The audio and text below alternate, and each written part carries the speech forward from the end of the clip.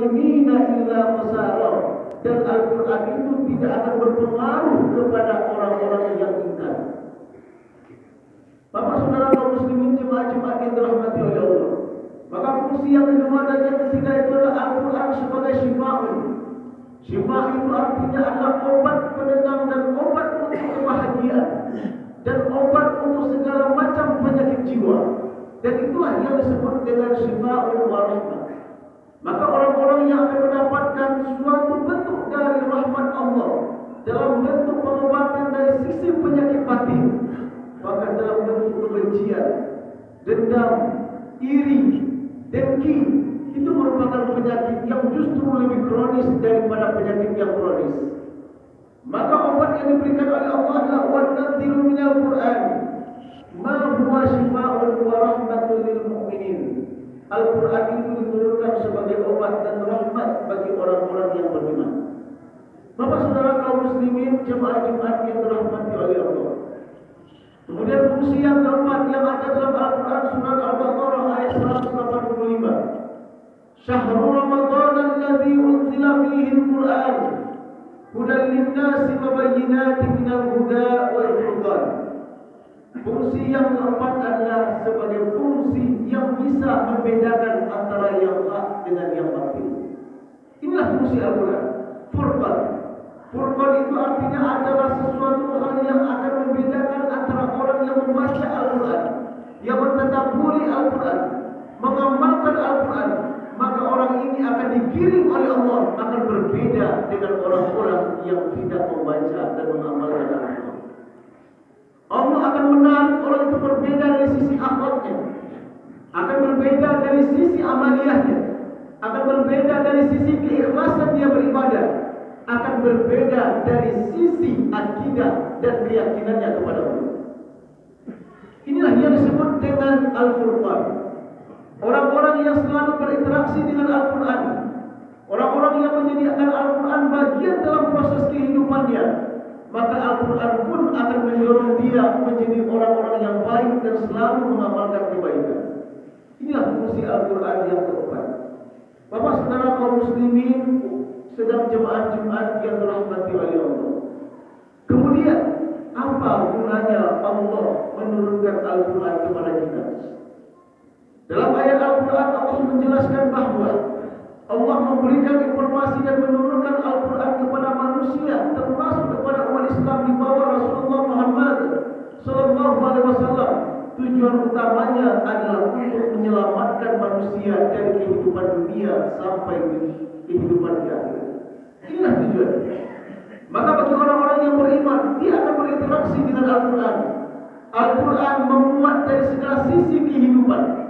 Ketika dia membaca Al-Quran, dia akan mengalami dan memahami apa-apa yang terkandung di dalamnya. Allah menjelaskan dari sisi Al-Quran itu justru keunikan dan mukjizat yang luar biasa. Dalam Al-Quran Allah menyebutkan, wa in kuntum fi raibin mimma nazzalna ala 'abdina fa'tu bi suratin min mithli wa da'u shuhada'akum min dunillahi in kuntum shadiqin.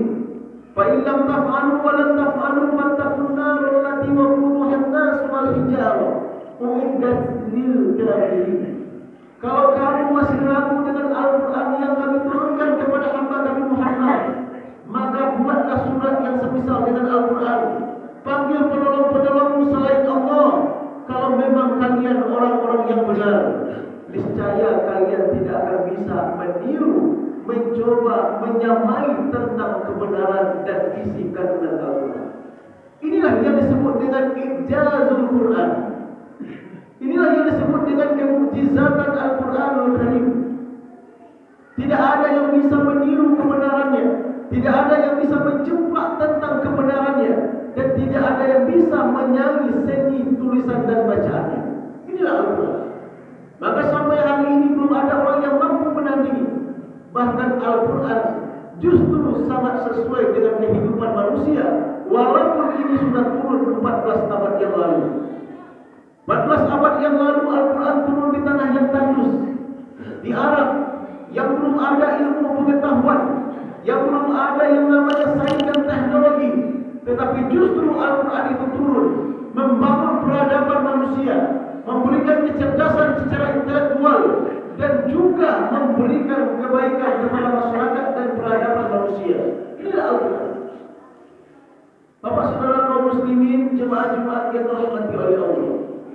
Al-Quran berbicara tentang sains dan pengetahuan. Sebelum orang mengetahui tentang teori-teori tentang penciptaan manusia, Al-Quran sudah berbicara tentang proses penciptaan manusia. Bahkan Al-Quran membantah teori-teori Darwin yang menyatakan manusia berasal dari kera. Justru Al-Quran membantahnya dalam hal manusia diciptakan dari sains wanita. Walaqad khalaqnal insana min sulalatin min tin, tsumma ja'alna nutfatan fi qararin makin. Kami ciptakan manusia itu dari saripati tanah. Kemudian dari saripati tanah itu kami jadikan air mani, sperma, yang disimpan di tempat yang kokoh yang namanya rahim. Kemudian air mani itu kami jadikan segumpal darah. Segumpal darah kami jadikan segumpal daging. Segumpal daging kami jadikan tulang belulang, dan tulang belulang kami bungkus dengan daging. Jadilah dia manusia yang sangat sempurna. Surat Al-Mu'minun ayat yang ke-12. Bapak saudara kaum muslimin, jemaah-jemaah yang dirahmati Allah, kebenaran-kebenaran Al-Quran menjadi bukti tentang kebenaran Al-Quran yang dicocokkan dengan penemuan-penemuan secara sains dan teknologi. Kita mengetahui beberapa waktu yang dulu bahwa orang mengatakan bahwa bumi ini bulat. Al-Quran sudah jauh mengatakan bumi itu bulat. Dulu orang mengatakan bulan berputar mengelilingi matahari, dan matahari tidak pernah berputar. Al-Quran sudah lama menyatakan matahari itu berputar, dan justru bertemu dengan sains di abad 20. Sains mengatakan bahwa dalam ilmu pengetahuan matahari itu berputar, dan berputarnya matahari baru diketahui oleh orang akhir abad 20, sekarang abad 21. Al-Quran sudah lama mengatakan matahari berputar. Surat Yasin ayat yang ke-38. وَالشَّمْسِ بِمُسْتَقَرٍّ لَهَا ذَلِكَ تَقْدِيرُ الْعَزِيزِ الْعَلِيمِ. Sesungguhnya matahari itu berputar, berjalan, demikianlah ketetapan dari Tuhanmu yang Maha Agung. Kebenaran Al-Quran surat Yasin ayat yang ke-38 baru ditemukan oleh ilmu pengetahuan di akhir abad 20. Bapak saudara kaum muslimin, jemaah-jemaah yang dirahmati oleh Allah, inilah kebenaran Al-Quran. Belum lagi Al-Quran menjelaskan tentang angka. Sebelum orang mengetahui angka 1, sebelum orang tahu tentang angka 1, Al-Quran sudah berbicara tentang pecahan. Buka Al-Quran surat An-Nisa ayat ke-11 dan 12. Allah berbicara pembagian harta warisan itu, setengah, seperempat, seperdelapan, seperenam. Ini menunjukkan Islam lebih maju daripada peradaban manusia. Islam sudah mengajarkan tentang pecahan sebelum orang tahu angka 1. Bapak saudara kaum muslimin, jemaah Jumat yang dirahmati oleh Allah Subhanahu wa taala. Maka untuk itu, mari kita mentadabburi Al-Quran. Mari kita intens dengan Al-Quran. Mari kita membaca di Al-Quran. Satu huruf pahala Al-Quran itu Allah berikan 10 kebaikan. Dan satu huruf itu, alif, lam, mim, itu bukan satu huruf. Alif satu huruf, lam satu huruf, mim satu huruf. Begitu penjelasan Rasulullah SAW. Ketika kita membaca alif, lam, mim, sudah mendapatkan 30 kebaikan. Itu di luar bulan Ramadan. Apalagi kita membacanya di bulan suci Ramadan. Bapak saudara kaum muslimin, jemaah Jumat yang dirahmati oleh Allah. Kemudian yang terakhir, Al-Quran berisi informasi-informasi, kemudian ketaatan dan balasan yang akan kita dapatkan setelah selesai menjalani kehidupan ini. Bahwa dalam tauhid kita sebagai muslim akan ada akhir dari kehidupan ini. Dunia ini tidaklah selama-lamanya bagi kita. Dunia ini bukanlah untuk selama-lamanya buat kita. Dia hanya pencapaian sementara. Akan ada proses sesudah ini. Akan ada kehidupan setelah kematian, dan justru lebih panjang daripada kehidupan di dunia ini.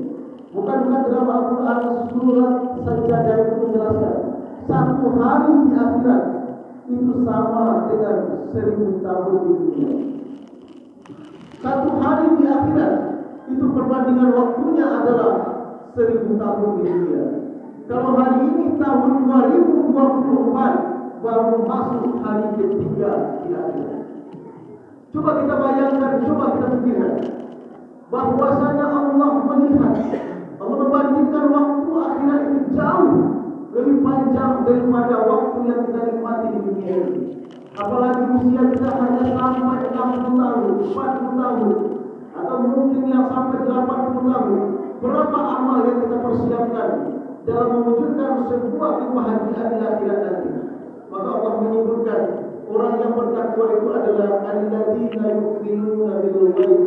Orang-orang yang beriman dengan yang gaib. Kubur itu gaib, azab kubur itu gaib, surga itu gaib, neraka itu gaib, dan semua setelah selesai di dunia ini adalah gaib. Wa yuqimuna shalah, mereka mendirikan salat, wa mimma razaqnahum yunfiqun, dan mereka menafkahkan sebagai rezekinya di jalan Allah.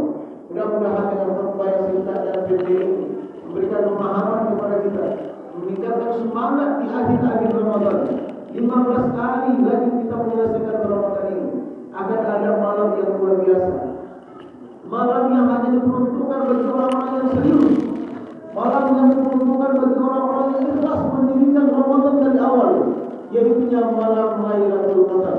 Malam yang dimana Allah berikan spesial khusus bagi orang-orang yang benar-benar ikhlas beribadah di malam itu. Tidak sama dengan beribadah 1000 tahun tanpa henti, 1000 bulan, 1000 bulan tanpa henti. Berarti di malam itu kita beribadah sama dengan usia ibadahnya adalah 85 tahun tanpa henti. Itu satu malam, dan malam itu hanya ada di bulan Ramadan. Yang dalam hadis Rasulullah Sallallahu Alaihi Wasallam, Lailatul Qadar itu akan turun di 10 malam terakhir. Mudah-mudahan kita tetap semangat, kita tetap istiqomah, tetap ikhlas menjalankan ibadah puasanya, menjalankan qiyamul lail, sholat tarawih, sholat witir, qiraatul Quran, infak dan sedekah, berprasangka baik, dan akhirnya kita menjadi orang-orang yang bertakwa di sisi Allah Subhanahu wa taala. Fa'tabiru ya ulil albab.